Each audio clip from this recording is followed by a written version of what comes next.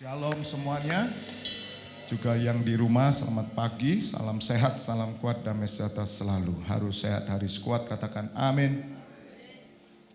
Mari dengan cepat kita buka Mazmur 103. Mazmur 103. Firman Tuhan berkata ayat 13, Mazmur 103 ayat 13. Seperti Bapa sayang kepada anak-anaknya. Ayo baca sekali lagi yuk sama-sama. 1, 2, 3. Seperti Bapa sayang kepada anak-anaknya, demikian Tuhan sayang kepada orang-orang yang takut akan Dia. Terus, sebab Dia sendiri tahu apa kita. Dia ingat bahwa kita ini debu. Adapun manusia hari-harinya seperti rumput, seperti bunga di padang, demikianlah ia berbunga. Apabila angin melintasinya, maka tidak ada lagi ia, dan tempatnya tidak mengenalnya lagi.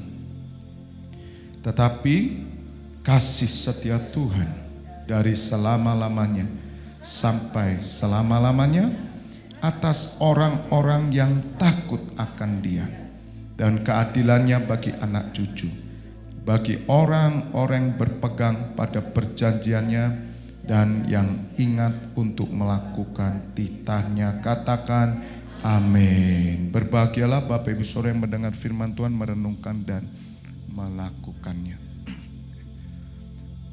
Bapak Ibu Saudara, pujian yang baru saja kita naikkan,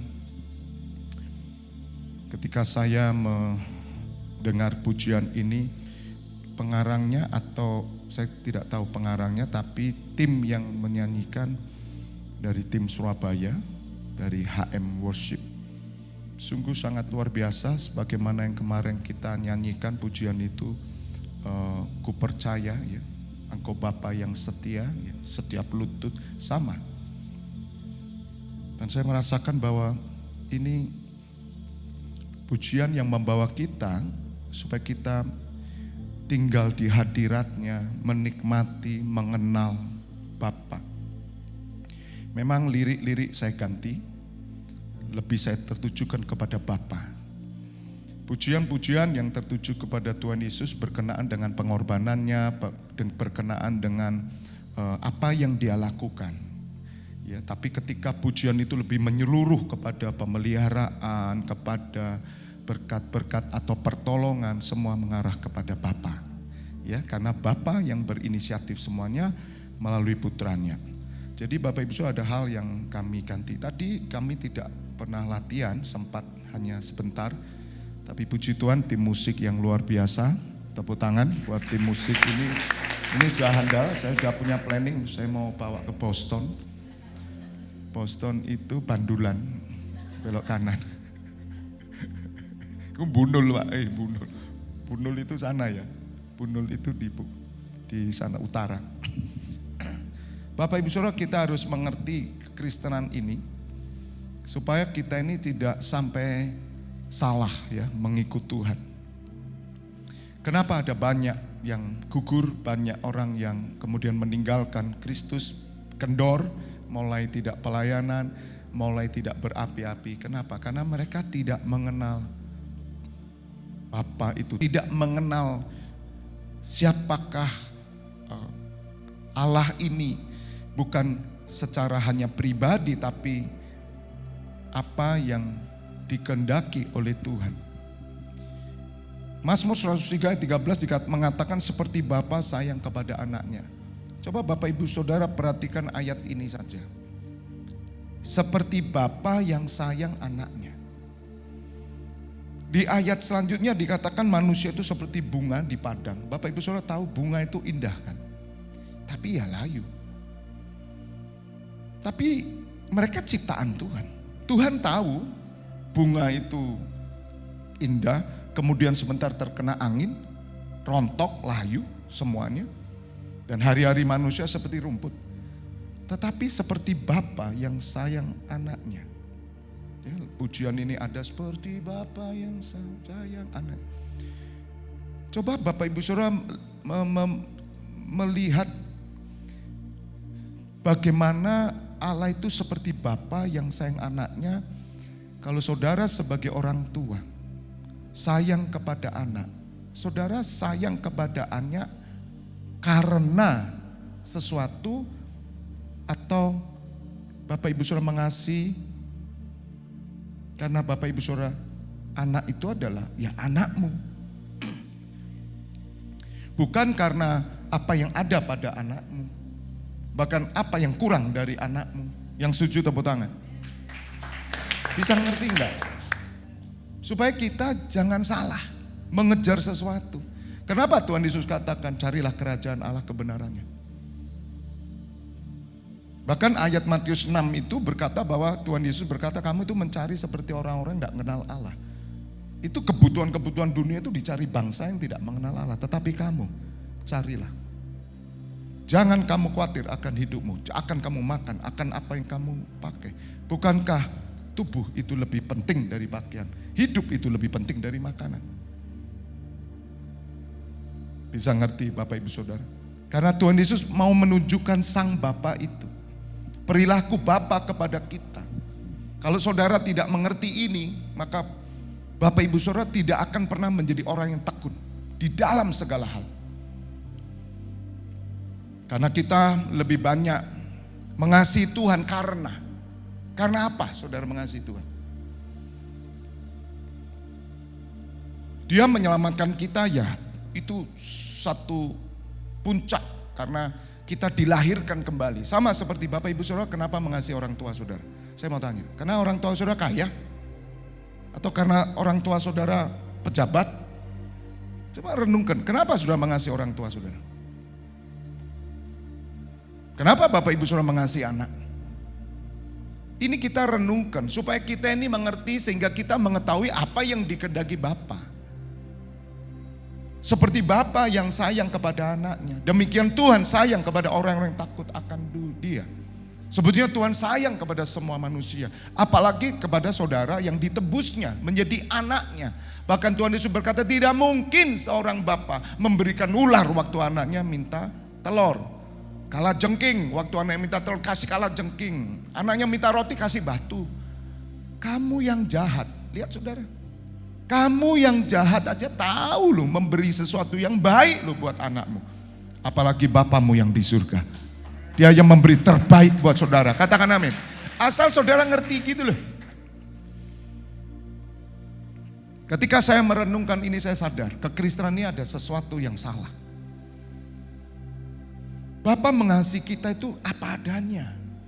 Bapak itu tahu kok saudara itu seperti bunga. Cantik, wow. Tapi sebentar ya tua ya rontok. Dia tahu saudara debu. Jadi jangan pernah saudara mengasihi Tuhan atau melakukan sesuatu karena saudara pikir akan apa berkat-berkat yang Tuhan berikan. Tuhan itu tidak tertarik dengan semua yang ada pada kita. Tidak tertarik sama sekali. Tapi Dia mengasihi saudara karena saudara memang orang yang dikasih Tuhan. Udah itu aja. Anak itu sejeleknya anak ya tetap. Mencoba untuk mengerti hati Bapak ini kan tidak mudah.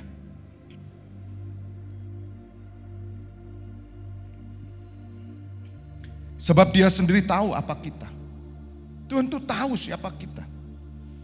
Kalau kita rajin, kalau kita sungguh-sungguh, kalau kita melayani, mengabdi total. Karena apa? Karena sesuatu atau karena kita mengasihi Tuhan. Sama seperti saudara mengasihi orang tua saudara. Karena apa? Sebetulnya anak dilahirkan itu ya antara orang tua dan anak. Tidak ada tidak ada ex orang tua, tidak ada ex anak. Sebetulnya anak dengan orang tua itu kasihnya murni, katakan amin. Itu kasih agape. Kasih agape bukan karena sesuatu aku mengasihi dia. Sama seperti suami istri. Di dalam pernikahan ada perjanjian nikah. Kasih agape. Apakah kamu mau mengasihi istrimu dalam segala keadaan? Ya Pak. Keadaan baik, keadaan buruk. Keadaan di PHK, keadaan sukses, sakit, sembuh, sehat, mau? Pernah saudara saya menyampaikan di pernikahan, dan apa yang saya sampaikan itu sesuatu yang mengagetkan dari pasangan. Saya berbicara sama calon istri, kamu siap kalau suamimu hancur ekonominya? Kaget dia, saudara. Tapi benar setelah itu goncang, saudara. Dia bilang tepat seperti yang Bapak katakan. Karena sesuatu yang mereka lakukan salah juga sih. Gitu. Satu hari kamu akan melihat kegoncangan terjadi. Tetap mengasihi enggak? Jadi mana mungkin saudara bercerai hanya karena cekcok. Kenapa kamu bercerai? Enggak cocok. Tak wantem.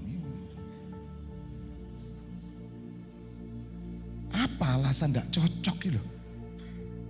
Nah kalau dulu cocok kok sekarang enggak cocok? Karena kamu enggak cocok tanam sih. Coba kamu cocok tanam. Kan lucu saudara. Lihat di pengadilan negeri perceraian banyak karena apa? Tidak cocok. 2, ekonomi. Suami saya Pak di PHK. Loh, urusan apa di PHK itu loh?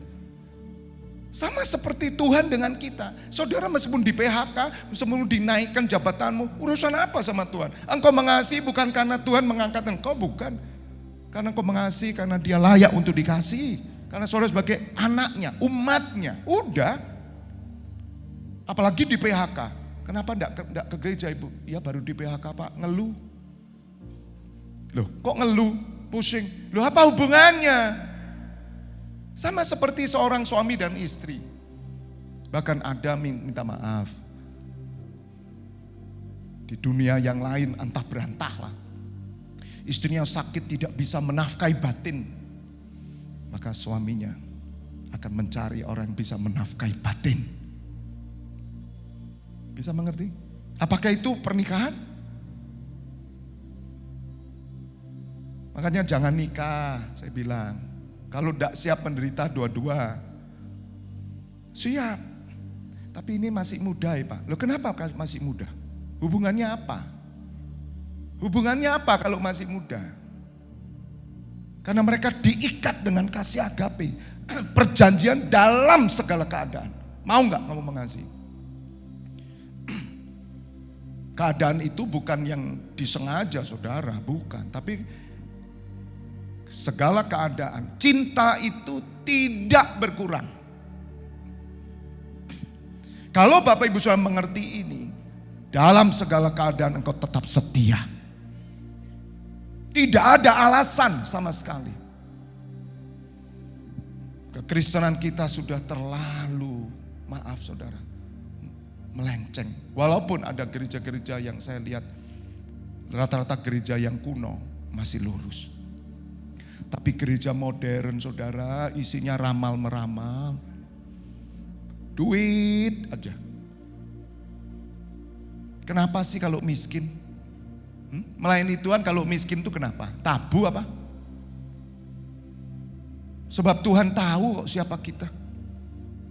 Jangan saudara merasa bahwa saudara ini miskin kemudian saudara ini minder. Kemudian saudara tidak layak. Tidak, Tuhan Yesus dekat dengan orang miskin. Bahkan sebagaimana kemarin sore saya katakan, kenapa Tuhan Yesus selalu memberi perumpamaan yang kaya masuk neraka? Sentimen apa dengan orang kaya Tuhan Yesus? Aneh. Tapi yang miskin kok masuk surga? Karena Tuhan mau menguatkan bahwa kerajaan surga bukan tergantung miskin dan kaya. Tetapi karena aku mengasihi engkau, aku memilih engkau, engkau berharga di mataku. Hiduplah sesuai dengan rancanganku. Rancangan Allah nggak ada hubungannya dengan miskin, kaya, ekonomi. Makanya saya berani berkata iman tidak ada hubungannya dengan ekonomi sama sekali. Sakit penyakit pun tidak ada. Loh Pak, bukankah kita harus beriman? Aduh, konteksnya lain. Kan sakit harus kita beriman.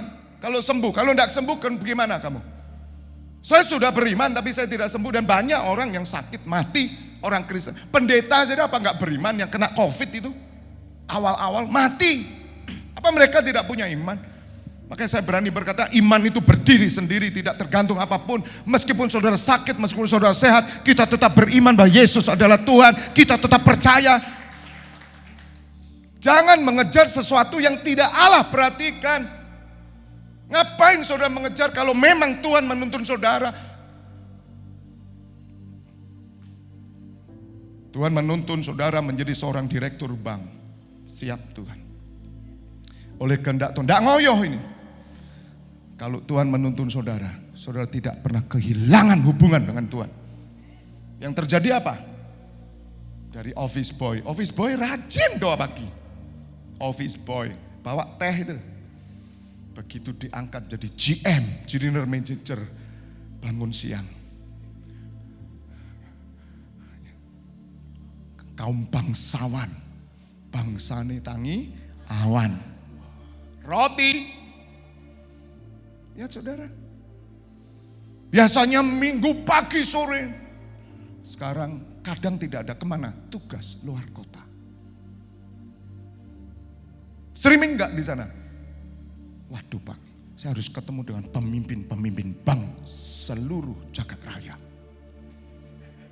Makannya di mana? Lantai 50 Pak. Jauh. Ya. Jadi 40 lantai mentok. Kami naik 10 lantai lagi. Di Kayangan Pak. Hebat gak? Jadi saya gak mungkin. Tapi saya kasih duit Pak. Kasih duit. Saya kasih duit Pak. Saya kasih duit sama gereja. Karena saya tahu gereja ini yang membesarkan saya. Urusannya apa? Urusannya apa sama kamu? Itu yang terjadi Bapak Ibu Saudara. Dan kita kacau di sini. Bahkan orang-orang merasa bahwa, wah Ibu, wah Allah memberkati saudara. Luar biasa. Memang hidupmu berkenan itu apa? Ya, jadi kamu kelihatan berkatnya maju terus. Wah Tuhan tuh mengasihi saudara. Memang kalau ikut Tuhan Yesus itu, wah naik terus ya. Dulu saya lihat kamu pakai sandal jepit loh. Sekarang pakai selop. Bahkan pendeta yang naik sepeda motor dianggap tidak diberkati, tidak berkenan. Lihat saudara, kacau enggak? Apakah saudara melihat anak saudara datang ke rumah saudara ngelihat, kamu pakai mobil apa? Loh, apa hubungannya mah? Mobil ambil aku apa hubungannya? Hah? Hubungannya apa? Aku anakmu mah. Meskipun aku gak pakai mobil, pakai cikar. Besok tak bahkan cikar. Sapi 5 yang gandeng saya. Nanti sapinya kita bikin steak yang enak. Tenderloin steak. Ada amin? Ngerti yang saudara? Saya itu ketika mengerti hal ini, udah. Gak ada hubungannya sama sekali antara iman dan ekonomi saya bilang. Antara iman dan kesehatan saya tidak ada hubungannya. Imanku tetap kuat, rohku tetap menyala-nyala. Meskipun dalam keadaan susah, meskipun dalam keadaan senang, aku tetap cinta Tuhan Yesus. Aku tetap cinta Allah Bapa. Sama suami istri, istrinya sakit. Gak bisa melayani suaminya. Setia. Matikan hawa nafsumu. Mati saudara. Semua ada di mulutmu. Saya kan sudah pernah buktikan. Ada seorang perempuan benci sama laki-laki. Sejak itu dia tidak mau disentuh laki-laki. Dia tidak menikah. Kenapa kok bisa? Perkataannya berkata, mulai hari ini aku tidak akan berhubungan dengan laki-laki. Dan dia kepahitan sama laki-laki. Dan orang ini biasanya pintar-pintar, menguasai semuanya. Kok bisa? Kamu tidak pernah komit dengan hidup. Saudara, kalau saudara mau komit hidup, ngomong sama Tuhan. Itu kalau di film, sinetron. Ketika saudara berkata, hari ini langsung langit terbuka, beledek. Udah terjadi. Bukan cuman, hei kamu anak durhaka, jadi kodok, langsung geludat. Kok gitu. Loh, saudara itu terjadi. Saudara itu terjadi. Jangan takut, semua di sini. Hidup mati orang di sini.